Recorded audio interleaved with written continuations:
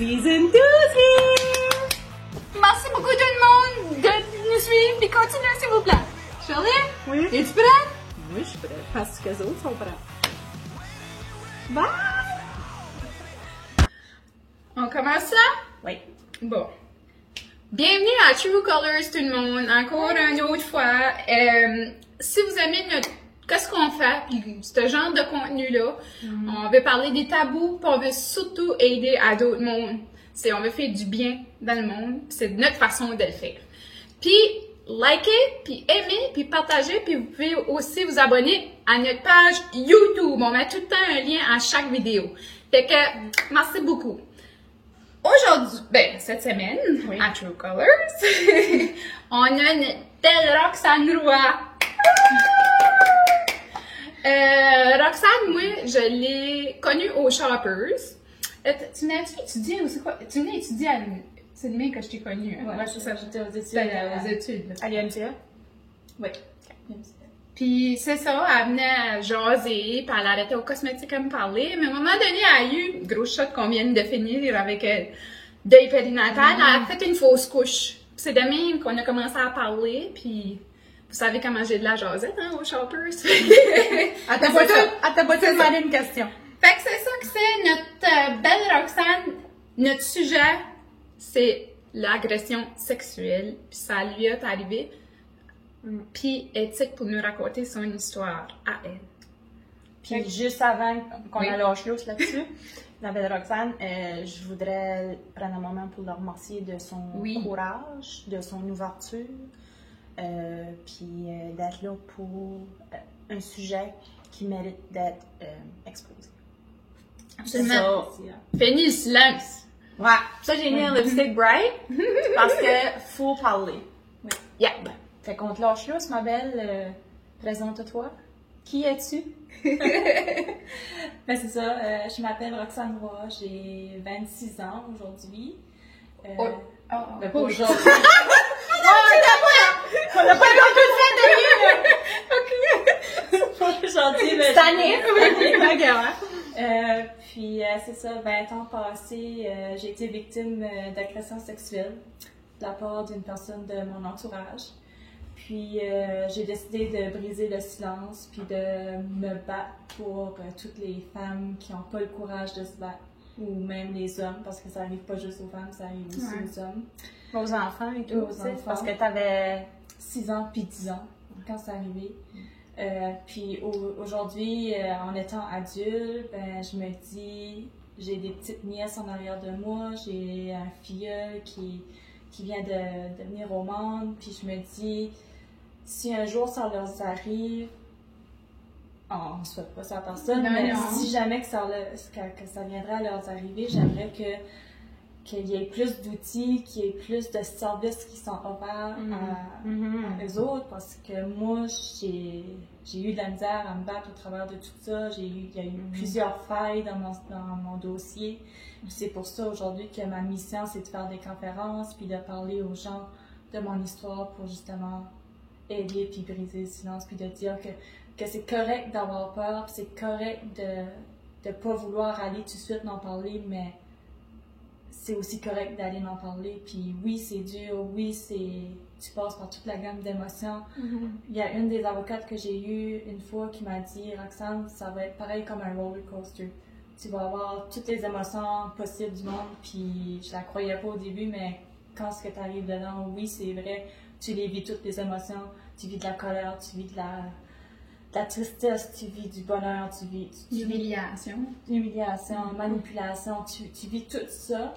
Puis c'est pour ça qu'à cette heure, en faisant des conférences dans les écoles, en parlant à des intervenants même, des infirmières, des docteurs, des policiers, des avocats. Ceux-là qui sont dans le système. Oui, ça les aide à voir comment est-ce que nous autres, les victimes, on se sent au travers de tout ça, puis comment est-ce qu'on peut se sentir pas écouté et jugé aussi. De juste penser ça, qu'il y a quelqu'un qui vit quelque chose comme ça, qui fait le juger, ça devrait même pas avoir sa place. C'est toi qui fais le guilty quand c'est toi qui es la victime. Ouais. C'est ça. La victime n'est pas à bonne place, t'avais déjà dit ça des fois, comme...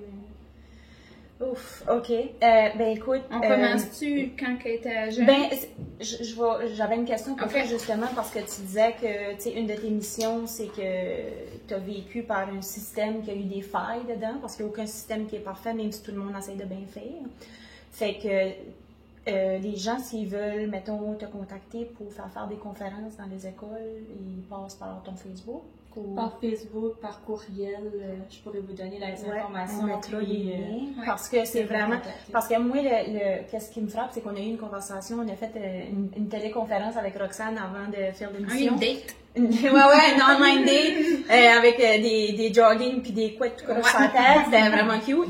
Mais c'est que tu as mentionné que toi, tu sais, parce qu'à 6 ans, tu sais, on doit pas vraiment, j'imagine, comprendre le concept de c'est quoi une agression sexuelle, même si on a un feeling qu'il y a peut-être quelque chose de mal. Puis toi, tu avais mentionné qu'à l'école, il y avait arrivé un événement qui t'avait fait que tu avais parlé. Oui. Je sais pas si tu peux nous raconter ça. Ben c'est ça, dans la semaine que je me suis fait agresser, il y avait un policier qui avait venu nous parler. On s'entend, j'étais en première année, ça fait que 6 ans. Il y avait un policier qui avait venu nous apprendre les bons et les mauvais mensonges, puis les bonnes et mauvaises vérités à garder pour nous autres. Puis quand j'ai été dévoiler ce qui m'avait arrivé dans la semaine, tout le monde a dit, même les avocats, les docteurs, ils ont tous dit que c'était ce policier-là qui avait venu faire le témoignage qui m'avait sauvée, puis que j'ai pu dévoiler mon secret, sinon probablement je n'aurais pas parlé, je l'aurais gardé pour moi. Puis, ce qui arrive aussi, c'est qu'on pense souvent, tu sais, comme toi, tu fais des présentations, ou comme ce policier-là fait une présentation, puis cette journée-là, il ne devait pas savoir qu'il y avait quelqu'un dans la salle qui vivait ça, puis qui a eu l'impact. Fait que des fois, on pense que parler, ça donne rien, ou tu sais, je vais juste parler des vérités et des mensonges, c'est banal, mais toi, ça a fait vraiment une grande différence dans ta vie. Parce que de trouver les mots à 6 ans pour décrire ça, de trouver la personne de confiance. Fait que comment, toi, peux-tu nous expliquer un petit peu le contexte pour que les gens comprennent? Parce que tu parles que c'est une personne de ton entourage. Puis on pense souvent qu'une agression sexuelle, c'est quoi? De quelqu'un qui te kidnappe, un étranger, que c'est violent, puis tout ça. Mais la vérité de ça, c'est souvent quelqu'un qu'on connaît. Oui. Il y a des statistiques qui montrent que je pense que c'est au moins 90% des agresseurs connaissent leurs victimes, puis c'est souvent quelqu'un de la famille, des oncles, des tantes, des grands-parents. Dans ton cas, à toi, tu te dis c'était qui la personne sans nommer le nom, ton mais contexte. Eh ben moi, c'était l'ancien chum à ma grand-mère, donc c'était quand même quelqu'un qui me connaissait très bien. Il était dans la famille depuis plusieurs années. Puis cette soirée-là, ma grand-mère, elle a été au bingo, elle sortait, puis elle lui a demandé de me soigner pour la première fois. Mais ça a tourné en agression sexuelle au lieu de juste garder. Fait que toi, tu restais avec ta grand-mère? Oui. Tu habitais avec ta grand-mère, puis lui, de ce temps-là, il était son chum. Oui. OK. À ce temps, il est son ex, mais il était son chum. Fait que vous habitez toutes les trois ensemble. Oui. Puis... Fait qu'il était tout le temps là. Oui, il était tout le temps là. Puis, c'est ça, quand ma grand-mère allait au bingo, souvent, je me couchais avant qu'elle allait. Fait, il n'y avait pas de problème, mais ça a donné que cette soirée-là, je me suis réveillée, puis j'avais mal au ventre. Quand t'as 6 ans, t'as mal au ventre, tu sais pas trop quoi faire, t'es un enfant. Fait que tu vas voir la personne plus vieille pour avoir des conseils. Puis j'ai été le voir, puis je peux dire son nom parce que son nom est dévoilé aussi. Ils ont été en couple, ça. Ouais, c'est tout dans les journaux partout.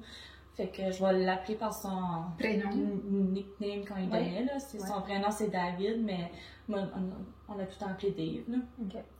Puis c'est ça, j'ai été voir Dave, puis j'ai dit que j'avais mal au ventre. Puis quand il savait, ben comme, il a juste arrivé, puis il a fait comme, ben, je sais comment guérir ton mal de ventre. Puis là, il est venu, puis il voulait que je touche ses parties intimes. Il voulait que je le suce, carrément. Après ça, il m'a emporté dans ma chambre à coucher, puis j'avais juste une jaquette. Il a descendu mes pantalons, mes caleçons, puis il a commencé à me lécher les deux jambes. Elle avait 6 ans. 6 ans, ouais.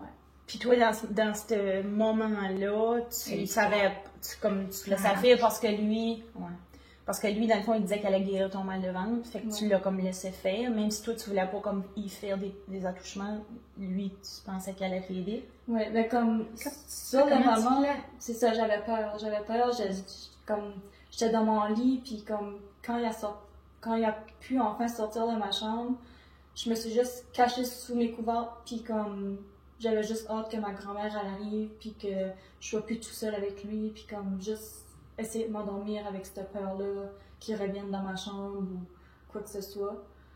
Puis finalement, il n'a pas revenu, pas dans mes souvenirs en tout cas.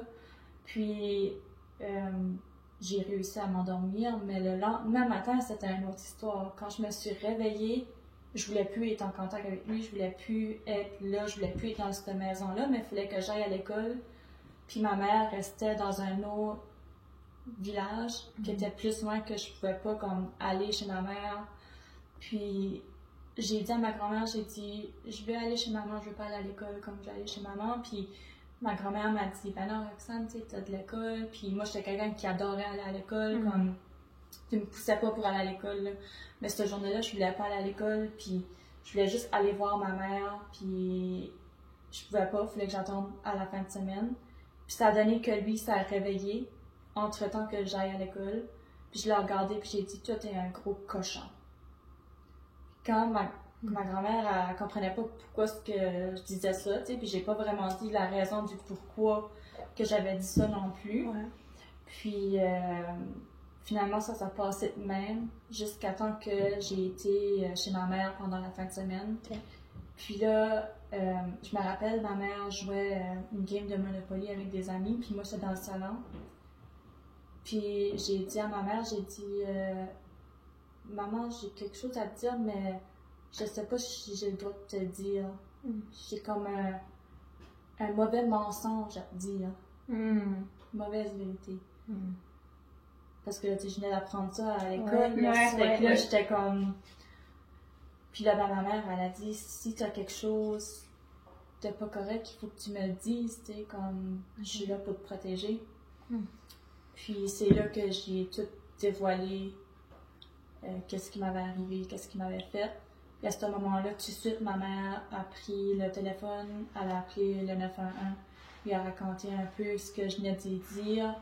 Puis de là, les policiers nous ont demandé de se rendre au poste de police. Puis rendu là, ils nous ont embarqués dans le char de police. Puis on s'est rendu à l'hôpital, passer des tests, passer une sorte de questionnaire avec... ça? Oui, j'ai fait sortir mes documents des archives. C'est fait qu'on voit que, tu sais, à 6 ans, au moins, tu as eu une prise en charge, tu as eu... Pas trop, c'est juste un dossier de quand elle avait 6 ans. Puis j'imagine que ça doit être important d'être vu assez rapidement quand il t'arrive une agression, tu sais, pour qu'il y ait des preuves. Oui. Tu sais, parce que comment est-ce que les autres... Tu sais, comment est-ce que tu prouves ça? Quel genre de tests qu'ils font pour dire qu'il y a eu une agression? Parce que là, les gens peuvent avoir peur d'aller de l'avant des fois ou dire parce que c'est ta parole contre la tienne, là. C'est ça. Mais ils appellent ça le rape test qu'il fait. C'est une infirmière spécialisée qui vient te voir, qui passe des cultures, qui essaye de prélever tous les échantillons possibles, les spécimens qui pourraient prouver que c'est pas ton ADN, puis que c'est l'ADN de quelqu'un d'autre. Ça, c'est ça qui se passe aujourd'hui dans nos hôpitaux. Mais dans mon temps, ça n'existait pas. C'était une autre manière que ça fonctionnait. C'était avec des photos. On prenait des photos.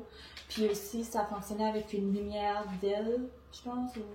Ouais, c'est une lumière bleue, là. Une lumière bleue. Puis comme t'es genre couché sur la table, puis tu t'écartes, comme si tu faisais un pap test. Puis ils mettent la lumière, puis ils peuvent voir toutes les empreintes. Puis moi, c'est comme ça qu'ils l'ont fait. Fait qu'ils ont pu voir les empreintes d'un adulte, puis pas de moi, là. Que c'était pas moi qui savais toucher moi-même. C'est vraiment... Il avait touché au niveau de tes cuisses, puis il voyait comme, tu sais, il t'a pas touché sur le bras, mettons. C'est ça. OK. Ouais. OK. Photo puis empreinte, c'était ça. Puis moi, à ce moment-là, Dave, il t'avait-tu menacé de tirer avec ça, quand t'avais 6 ans, là. La première fois qu'il l'a fait, il a fini avec toi et puis il t'a laissé comme ça? Ouais, non, il m'a pas menacé à rien de ça, il m'a pas rien dit, c'est pour ça que je pense que j'ai été capable de parler tout de suite quand ça est arrivé, puis de pas le niaiser, on va dire, avec ça. Puis c'est pour ça que j'ai pu en parler tout de suite avec ma mère quand je l'ai vu dans la fin de semaine. OK. Absolument. Mais Fait que là, qu'est-ce qui arrive après ça? Qu'est-ce qui est arrivé pour toi? Parce que tu mentionnes 2 reprises d'agression. Fait qu'est-ce qui fait que tu es pris en charge comme ça, puis là, t'es rendu avec ta mère, puis tout ça, puis là, ça réarrive? Ben c'est ça. Comme là, j'ai été placée comme en genre de protection de la jeunesse, on va dire, avec ma mère. Parce que dans le fond, ma mère légale, c'était ma grand-mère. Ben, c'était encore ma grand-mère. Parce qu'elle m'a adoptée quand j'étais bébé. Ça fait que là, j'ai été placée en protection chez ma mère pour 1 an et 6 mois, quelque chose comme ça. J'ai fait sortir mes dossiers du développement social, puis c'est ça que ça disait. Puis jusqu'à temps que lui soit plus dans le portrait de la famille, comme je pouvais... Tant qu'il était là, je pouvais pas retourner parce que c'était un danger d'une récidive. Okay. C'était comme... Ouais. Je pouvais recommencer n'importe quand. Parce que j'ai pas voulu aller en cours à ce moment-là. Quand ça m'a eu le temps d'aller visiter la salle de cours, j'ai paniqué complètement. Puis l'avocat qui était en charge à ce moment-là a dit « c'est pas grave, comme garde, elle est jeune, si jamais qu'il y a quelque chose, à un moment donné qu'elle est plus vieille, qu'elle se sent à l'aise, qu'elle veut aller de l'avant en cours, elle pourra le faire. » Parce que dans le fond, non, mais c'est ça quand il nous disait en conférence que quand c'est de l'agression ou quand ça reste ouvert, que ça fait. Ouais, c'est ça, c'est que t'as pas de temps limite, là, genre, parce qu'il y a des crimes, mettons, que tu déclares, puis si c'est plus que 10 ans ou peu importe, ta plainte porte pas, mais c'est important de savoir que pour l'agression sexuelle, il n'y a pas de limite. Là. Ça peut être 50 ans plus tard, tu sais, comme, c'est important que les gens savent ça, là, qu'il y a jamais personne qui va dire « Ah non, t'as manqué le bateau » ou quelque chose comme ça. Puis j'imagine que justement, à 6 ans, ça doit être assez impressionnant, une salle de cours pour une petite fille, tu sais, c'est immense, puis c'est vraiment... Ouais, c'est un bon mot. Ouais, ça peut être ça peut être vraiment intimidant puis tout ça, fait que ils ont pas voulu te pousser à ce moment-là, mais ça faisait que là, lui, il restait au niveau de la loi, il était pas reconnu comme pédophile, il y avait pas rien à son dossier, il y avait personne dans le fond qui pouvait savoir de faire attention à cet homme-là. Libre comme de l'air. Ouais. C'est ça qui est un petit peu frustrant, là. Fait que là, fait que là, toi, en autant qu'il était dans l'entourage de la famille, toi, t'avais pas le droit d'être en contact. Non. Thank God. Oui. Puis, comment est-ce que ça leur est arrivé, ta deuxième phase d'agression? Ma deuxième phase d'agression est arrivée, c'est que il a fallu que... lui est parti, il était plus dans notre entourage, il avait laissé ma grand-mère, puis fait que j'ai pu retourner chez ma grand-mère vivre avec elle. Puis à un moment donné, mon arrière-grand-père est déménagé de Montréal à Saint-Violin. Parce que Saint-Violin, c'est un petit village proche de Bertrand-Caraquette. Vraiment pas un gros village, là, t'as bien 200 personnes à ce moment-là, il doit en avoir moins que ça aujourd'hui. Puis il est déménagé avec nous. Puis à un moment donné, il a décidé de faire des rénovations sur le perron de porte. Fait qu'il avait besoin d'aide. Puis il a contacté Dave pour revenir l'aider. Parce que lui, il savait pas pour Dave, là. Non, lui, il était pas au courant. OK. Puis il était juste supposé de venir là, pour 2-3 jours aider, puis comme repartir. Mais finalement, il a resté plus longtemps. Il a resté plusieurs mois même. Oh. Mais ta grand-mère, ça te dérangeait pas de le reprendre? Je pense être autour de toi. Honnêtement, je sais pas de son côté à elle. Ouais, tu peux pas parler pour elle. Ouais, je sais pas comment elle se sentait là-dedans. Je sais pas si qu'elle croyait vraiment qu'est-ce qui avait arrivé, vu que j'avais pas été de l'avant. C'est vraiment dur à dire. Okay. Mais ils ont pris la chance de le reprendre. Puis lui, il a pris sa chance de recommencer. Fait qu'il a recommencé, mais beaucoup plus intense de ce qu'il avait fait la première fois. Plusieurs mois même. C'était presque à tous les jours. Puis là, t'avais quel âge? J'avais 10 ans. Chaque fois que j'allais me coucher, il savait que ma grand-mère allait se laver. Ça fait que lui, il venait dans ma chambre, puis il m'agressait. Il pénétrait avec ses doigts. J'ai eu beaucoup de mal. J'ai été traumatisée de ça. Puis la seule personne, à ce moment-là, tu m'as demandé tantôt si à 6 ans, il m'avait fait des menaces. À 10 ans, Là, il les a fait. Là, il les a fait, les menaces. J'ai eu les menaces. T'es plus vieille, là. Oui, c'est ça. Ça fait que là, il avait vraiment peur que là, je retourne voir la police parce qu'il savait que j'avais été à la police. Ah oui, fais appel proche de toi. C'est ça. Fait que là, en me faisant des menaces, il savait que j'allais probablement pas aller parler à personne. C'est quoi le genre de menaces qu'ils font? Moi, il m'a menacé qu'il allait mettre la maison en feu, ma grand-mère allait brûler, qu'on allait tout brûler dans la maison, qu'il allait comme... C'était des menaces de mort, là, vraiment, de tu pensais des menaces de mort à un enfant de 10 ans? Là, cette fois-ci, tu parleras plus. Non, cette fois-ci, je me suis carrément laissé faire parce que je savais plus quoi faire, je pouvais pas crier, il me tenait au lit, comme je pouvais pas, j'étais pris par lui, puis je pouvais pas parler à personne. Parce que tu croyais dans ces menaces, toi, là? Oui, moi, je croyais vraiment à ces menaces, puis je voulais pas mettre ma famille en danger, puis je voulais pas me mettre non plus en danger en me faisant tuer, tu sais. Ouais. Fait que, c'est ça. Fait que là, j'ai pas parlé, j'ai gardé le silence. La seule personne à qui j'en ai parlé, c'est avec ma marraine. Puis malheureusement, une couple de semaines après, elle a été assassinée par son conjoint. Fait que la seule personne qui connaissait mon secret... J'ai frette. Ouais. Wow. Puis elle, qu'est-ce qui a fait que tu t'es ouvert à elle par rapport à d'autres mondes, que tu savais qu'elle allait garder ça secret? Ou? Ben, je pense que j'avais un lien très fort avec ma marraine qui faisait que j'y faisais très confiance. Puis je savais qu'elle allait me croire, je sais pas, il y avait quelque chose qui me disait qu'il fallait que j'en parle avec elle, puis pas avec personne d'autre. Parce que je savais qu'elle, elle vivait de la violence aussi avec son conjoint. Fait que ça m'a aidé à m'ouvrir plus facilement avec elle qu'avec n'importe qui d'autre. Je me rappelle qu'il y a même des policiers qui ont essayé de venir m'interviewer à l'école pour voir si ça avait recommencé, vu qu'ils savaient qu'il était revenu. Je niais, j'ai tout nié. J'ai dit non, il se passe rien, il n'y a rien fait de nouveau, il est bien correct. Je disais vraiment rien, là, comme j'étais... Sous l'emprise, tu sais, c'est des manipulateurs, c'est les abuseurs, c'est des manipulateurs. Les pros professionnels, ouais. Puis comme, fait que toi, les policiers ont été parce que ta marraine...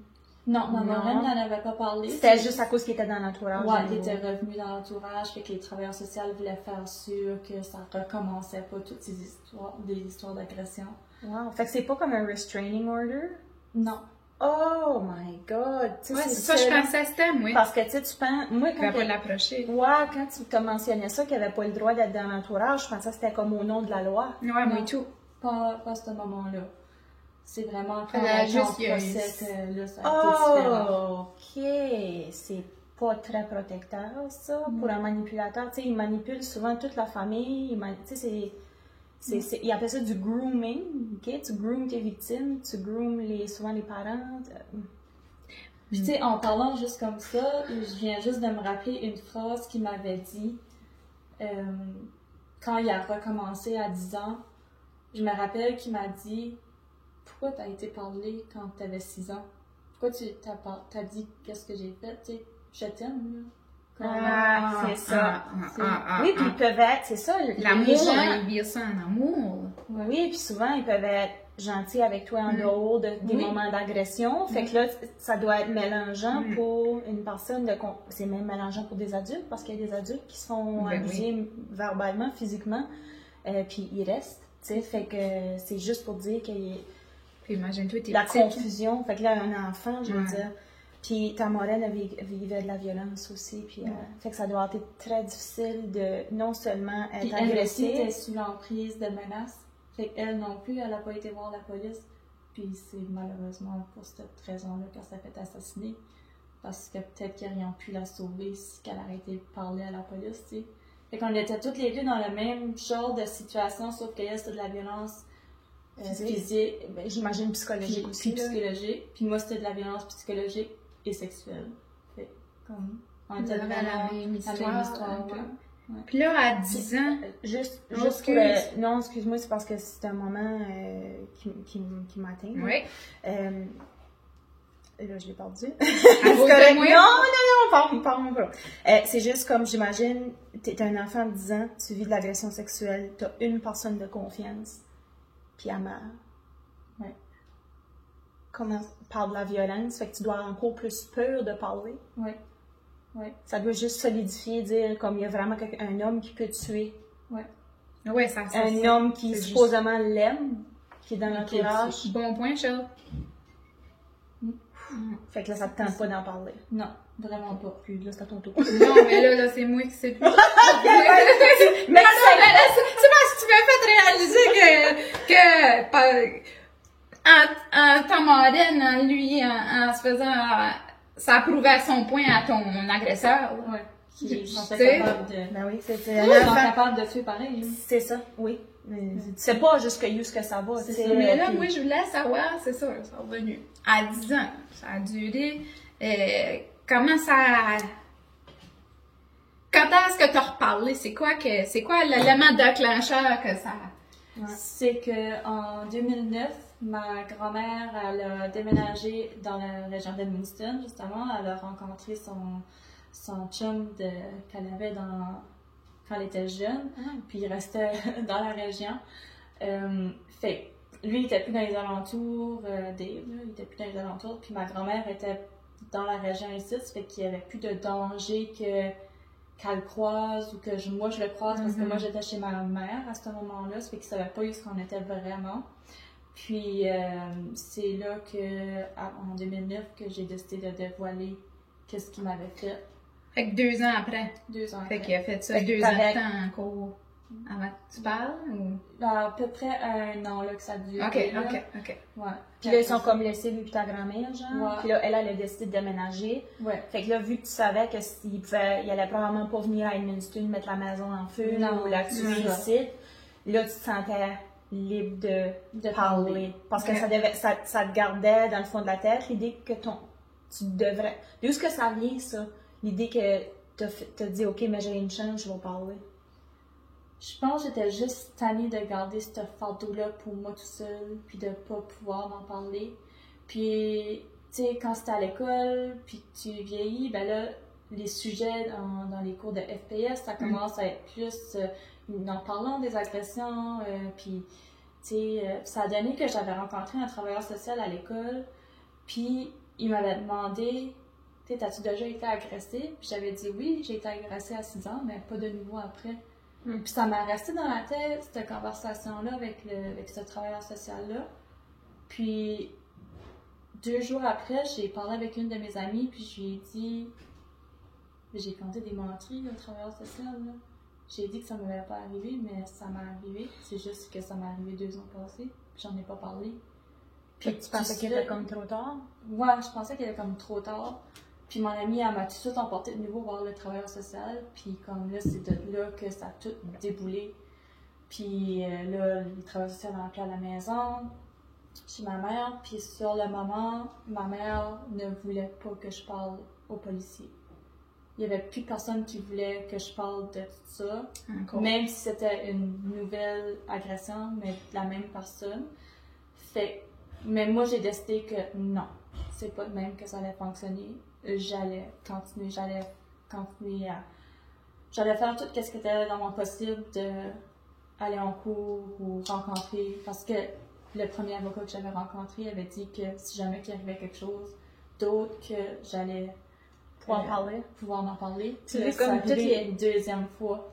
Toutes les Fait personnes ça- clés qui ont fait un petit morceau, tu sais, de l'avocat qui avait dit ça, c'est pas grave, ça va pas parler tout de suite, un jour elle va pouvoir, le policier, le travailleur social, tu sais, c'est important de, tu sais, chaque personne peut faire une petite différence, Ouais. puis comme, tu sais, comme y a-tu quelque chose, genre, qui te poussait à parler, genre, pour pas qu'il le fasse à d'autres, ou pour que juste, toi, c'était une affaire de vérité, tu voulais que ça sorte, ou une libération de cette C'était manière-là? une libération, vraiment. Je voulais plus être tout seul avec mon histoire. J'avais besoin qu'il y ait quelqu'un de la justice qui était au courant, qui prenne la décision pour moi de...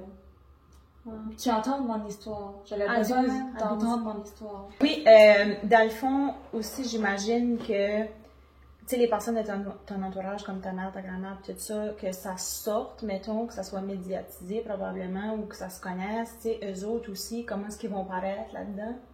Ça peut être un facteur qui les pousse subconsciemment à dire « parle pas », tu sais, regarde, tu sais, t'es correct à cette heure, comme... C'est ça. Mais C'est passé... Ouais. Ça rentre dans une oreille, ça sort de l'autre, on l'entend souvent cette expression-là. Ouais, mais non. Hein. Mais c'est pas même que ça Parce que toi, ça t'affectait comment dans ta vie avoir vécu ça, tu sais, à 6 ans, après ça à 10 ans, puis là, t'étais rendu à 12 ans quand t'as décidé de parler. Ouais. Mais tu sais, tu devais avoir des séquelles, tu devais avoir des choses dans ta vie qui... Ben, je suis devenue un enfant